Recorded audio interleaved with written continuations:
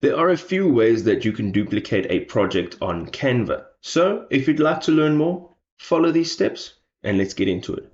So we've got the sick design, and the first way I'm going to show you how you can duplicate is on the top left hand side you will see file.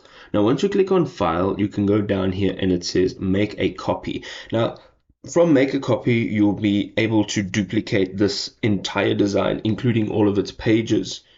You can also now go back to your home page if you're not in your design, and you will see all your recent designs. From here, again, you can click on the three dots on the top right hand side and you'll have the option to make a copy. So let's say you're in your design, as you can see here, and let's say we want to duplicate a page. We can now duplicate this page and make changes on the duplicated page. This will allow you to keep your original design as well as duplicating a copy and then have it all in one place. Let's say you want to duplicate this design and change the sizing of the design.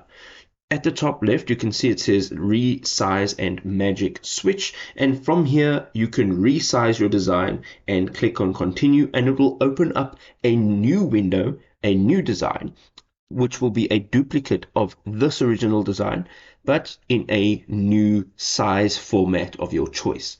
There you go, folks. If this was helpful, drop us a like. We'll see you next time. Peace.